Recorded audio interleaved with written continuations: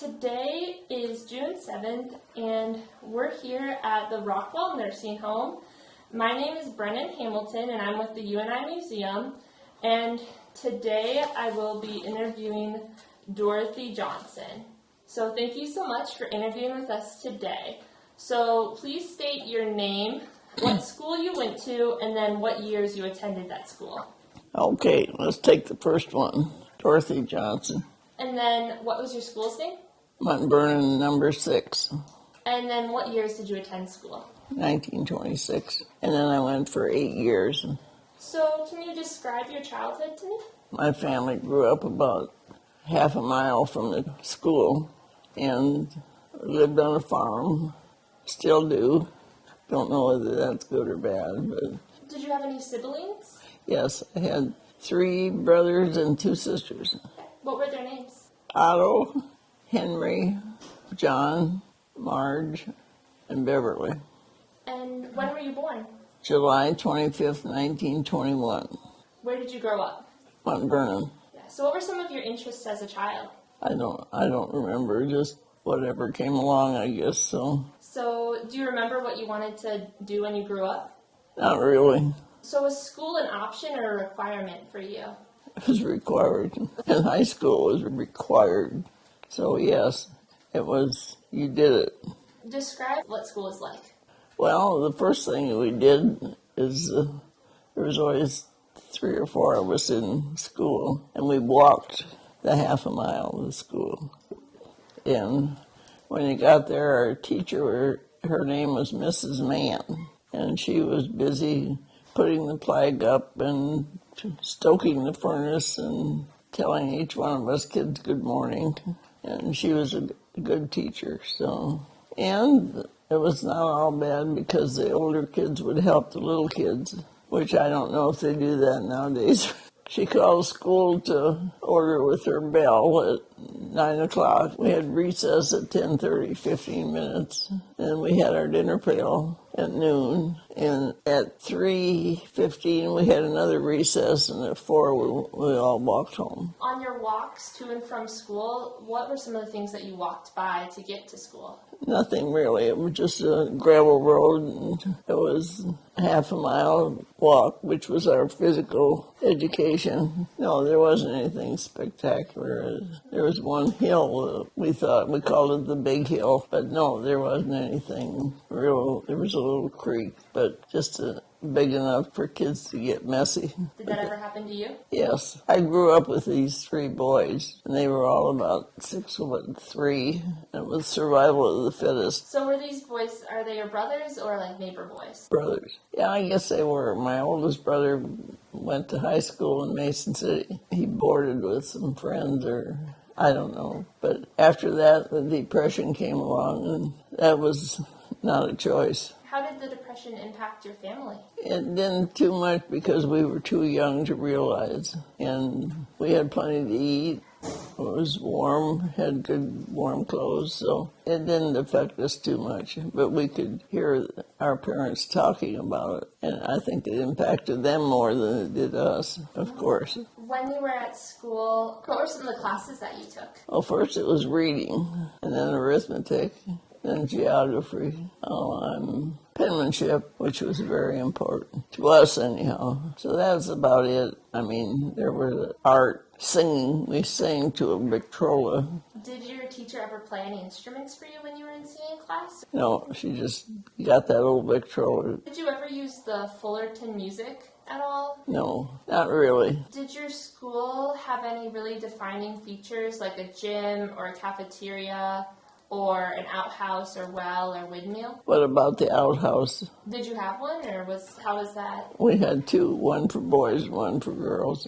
And if you was going to interrupt school to go to the bathroom, you had signals with your hand. I don't remember what they were. It was not all bad. It wasn't all good. But we had a good teacher. And in the spring, just before school was out, they had a county exam. and the 7th and 8th graders took that test, and I was on the honor roll. But anyhow, it was okay. It was a good education because we had a good teacher. Did you have the same teacher the whole time, or?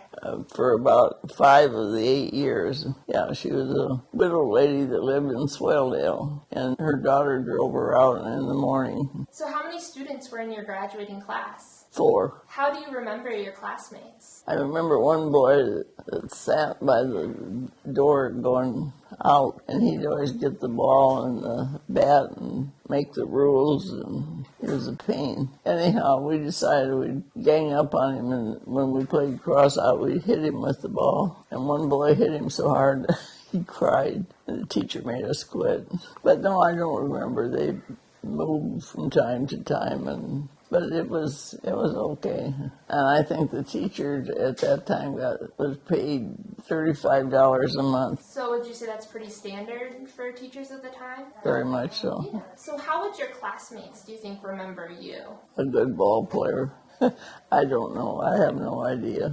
Did you guys always play ball at recess, or were there any other games that would be typically played? Every time we had a little time. And I remember on Arbor Day, we planted a tree every year. Now, that was something that kind of always stuck in my mind. I thought that was pretty neat for that teacher to, I don't know where she got it. She probably dug it up somewhere. But other than that, we had fun and we learned. If you wanted to learn, you learned. And the ones that didn't. When you were in school, did you have any favorite or least favorite lessons or classes? I liked reading. I still like to read. And then, I suppose, numbers, arithmetic. But reading was my actually.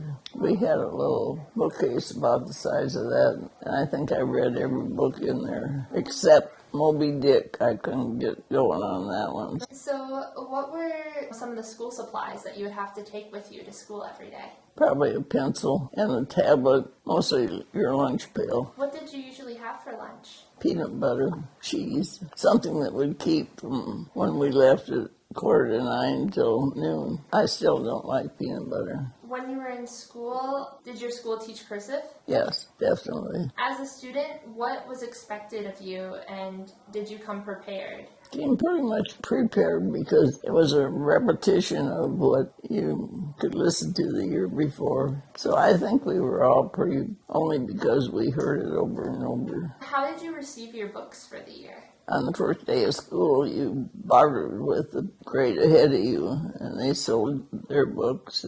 So were there any specific rules of the classroom that you remember? Well, the most specific one was you had to be on time, and you didn't leave early. And yes, you had to know your lesson. She was a good teacher, but she demanded that you knew something when you came. Other than that, in the wintertime, it was a different story. Your mittens and your boots and stuff were all wet, and she'd dry them around this old heater. But other than that, there wasn't any. It was the same thing over and over. Did your teacher have any disciplinary techniques, like if you did break any of the rules? Yeah, but she did it in a nice, kind way, because there were mostly boys in that. And at that age, they could be a problem, but she was good. So what was some of the things that she would do if you got in trouble? Well, one time, there were only 2 or 3 girls in the school, and I was one of them. And so one of the girls was watching out the window. She stuck her head out, and the window came down. And I laughed because she had big brown eyes. It was pretty funny. As Mrs. Mann walked by to help her, she hit me on the top. Not hit me, but hit me on top of the head with a book. And that was the only discipline I had in 8 years. I think I did pretty good, but no, I don't know, kids had more respect for teachers, and we didn't aggravate her or cause her any, I don't remember anyhow. My brother had a dog. It would follow him to school, and it would lay in the entry. And when he heard Hank recite, he'd wag his tail and hit on the wall. And, of course, all the kids laughed. And Mrs. Mann said, "Henry, you can't bring your dog to school." And the dog followed him anyhow. And so she took a broom, kind of threatened the poor dog. He went home. So if she needed discipline, she was there. But you had to have discipline with that many kids reciting at different times, and whatever we did, I don't know. But we had fun, and we learned if you wanted to learn. I know you mentioned that your brother went to high school in Mason City. Did you also go to high school in Mason City? We went to Swaledale because, like I said, about that time the Depression came along. They couldn't afford to board 2-3 kids out. So we rode in. When this Mrs. Mann's daughter brought her out, we rode back to Swaledale and went to high school. What were those rides like going to and from high school with your old teacher's daughter? I can't remember, but I think she went to, she was out of school. So, but anyhow, it was a way to get back to school. And when her classes were over, or whatever, she worked or whatever, she would pick her mother up and leave us out, and we'd walk again, but we made it. Did you ever have any homework or exams? No, you were supposed to do your schoolwork in school, and don't waste any time because you were getting old enough to help. When you did go home after school, what were some of your expectations? Just help, whatever. If it was bringing in kindling or, helping prepare supper. Again, there would be 6-8 people for dinner. Did you ever have your teacher over for dinner? Not very often. I can't, maybe once or twice, but that's about it. She was, anyhow, Ike Dunn was Mrs. Mann's brother, and they were a very well-educated family. I think in the family there were 2 lawyers, and that took care of the 2 boys. One of the ladies was a registered nurse, and there were a couple of school teachers, and they all were very well educated. I don't know how they did it in that day and age because they all went to college and received their degree. I mean, they just didn't go, so. I know you mentioned that you took like a 7th and 8th grade exam. What was that like? Well, you had to go into the courthouse and do this exam, and then they would inform you by mail whether you passed or whether you were qualified to go on to high school. So. What did you do to prepare for these exams? Study and go over again, it was a repetition. You had to learn it if you went over it and over it. Yeah, it was, and you could listen when you were in 7th grade, you could listen to the 8th graders. And so that's what you did to prepare, and she would test us. And did you have an 8th grade graduation after you passed, or you just got it in the mail? By that time, it was just old news. So did you ever have to take any other tests, like Iowa Test of Basic Skills or Iowa Basic Skills, like one of those sort of things? Okay. And then did you ever take any tests that were supposed to tell your aptitude, like an IQ test or a test to determine what job you should take? No. And then did you ever have to take like an SAT or ACT for college? Did your school have any fire or tornado drills?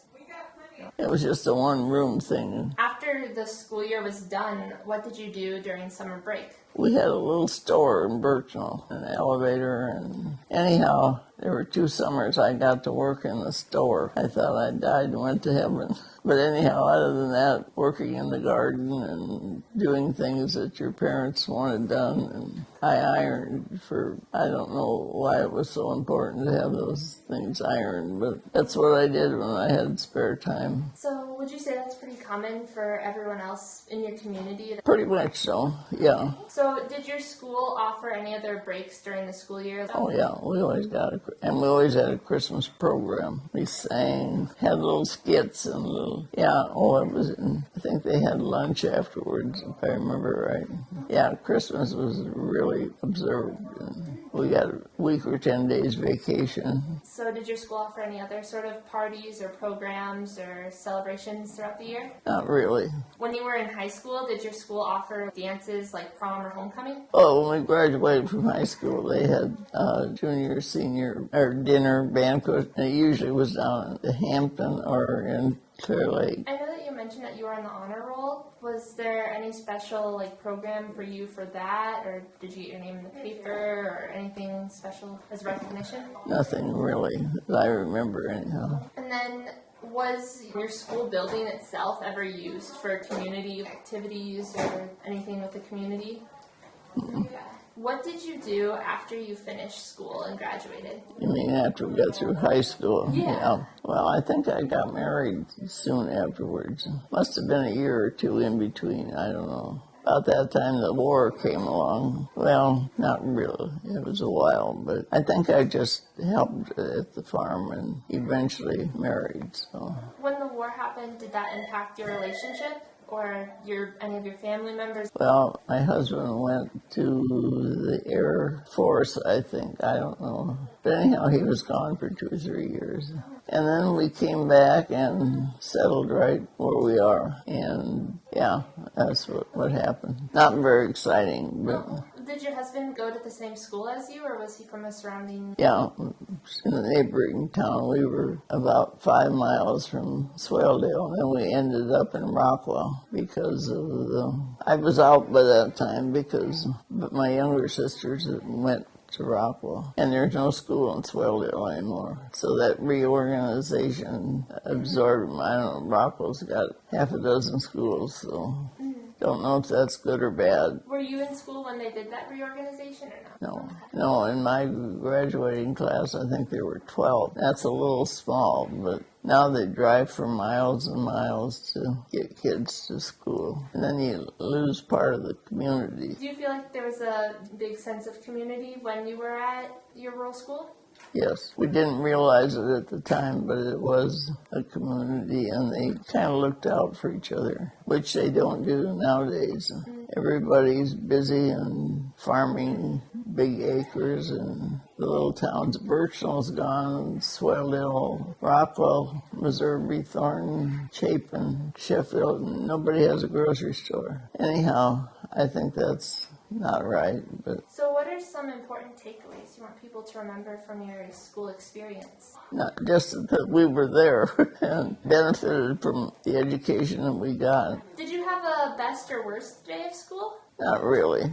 About the time we got to Swaledale, like girls basketball was, and I played basketball, and I think we were all obsessed with basketball for a while until it kind of piddled out.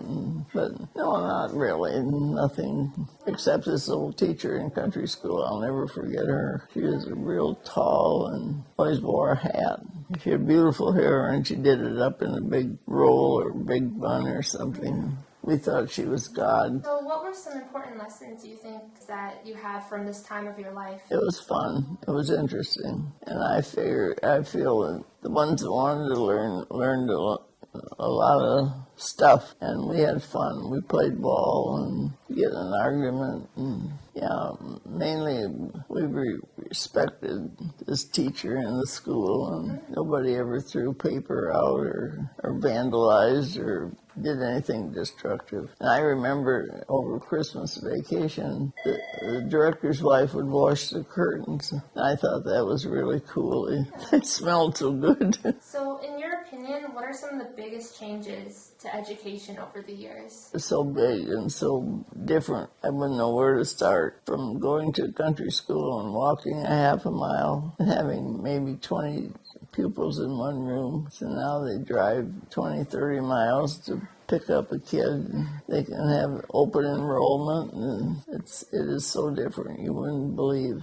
But we enjoyed our country school. I did anyhow. But it was competitive too. I mean, but those days there was one family. They had 3 or 4 boys, and they didn't care whether they come to school or not. So, but my dad immigrated from Germany, and he went to school in Germany, and he went to the equivalent of our high school. And then at that time in Germany, if you were really smart, you could go to the university for free. And if you weren't, you had to learn a trade of some kind. I went to trade school. And my dad obviously didn't make the university cut. So he was going to be a shoemaker. But then he came to America. And lucky he did, because the war broke out. So anyhow, there's a lot of different angles that you think about in your family. Did you learn German, or did you speak German at home then? My brother and I, we could swear in German, because Dad, when we were around, he would swear in German. So we picked that up. We could swear on Blue Street. Not very proud of that. But when you grow up with boys, you learn a lot of things. And You shouldn't. So is there anything else that you wanted to talk about that we just didn't get to talk about? The fact that we respected our teacher and our school and our parents, and maybe not your brothers and sisters once in a while. But no, it wasn't. It was a more peaceful time. But again, I guess that's progress. I don't know. Thank you so much for interviewing with me today. Really appreciate it.